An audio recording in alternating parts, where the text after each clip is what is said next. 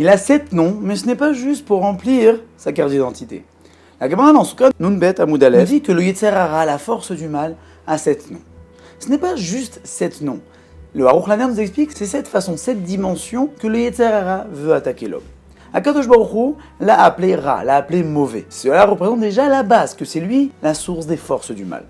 Puis ensuite vint Moshe. Moshe l'a appelé Harel. Harel, c'est une sorte d'incirconcis. De la même manière qu'un incirconcis a une peau en plus qui empêche la sainteté de venir, de la même manière, le Yetzer Hara est considéré comme un incirconcis et qu'il empêche les bonnes choses de venir. David l'a appelé Tamé, c'est-à-dire impur. Pourquoi ? Parce qu'il empêche aussi l'homme à avoir des pensées pures. Il évite que l'homme puisse penser à faire des bonnes choses. Quatrième nom, c'est Shlomo Améler qui l'a appelé Sonné, un ennemi. Et oui, il est à l'affût à chaque instant de faire fauter l'homme. Même si l'homme s'en échappe, il va lui courir après comme un ennemi. Il va enfin, une fois pour toutes, terminer avec son ennemi. Le cinquième nom a été donné par Yeshaya. Il l'a appelé un Mirchol, une embûche. Pourquoi ? Pour nous enseigner que si il n'arrive pas à nous faire tomber comme un ennemi qui voudrait tuer l'autre, alors il va mettre des petites embûches par-ci par-là. Et au fur et à mesure du temps, alors là, il va arriver à ses fins. Sixième nom qui a été donné par Yecheskel, c'est Even, une pierre.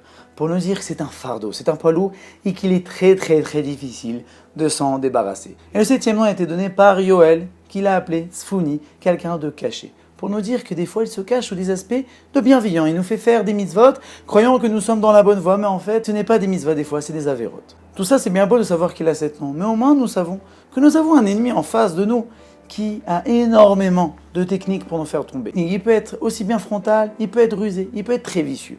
Et la Gemara continue à nous dire, mais sans la miséricorde de Dieu, nous ne pouvons nous en sortir.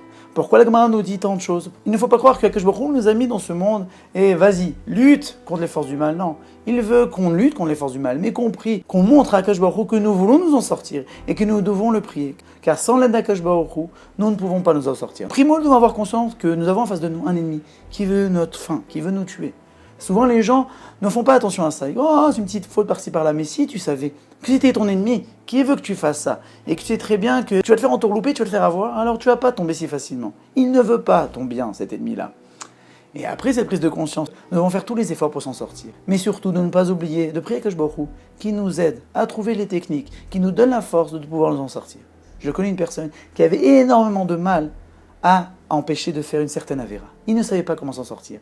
Il priait, il faisait toutes les techniques possibles et inimaginables pour pouvoir s'en sortir. Et un jour, il y a eu un déclic, il n'avait plus envie de faire cette faute-là. Grâce à la miséricorde de Dieu,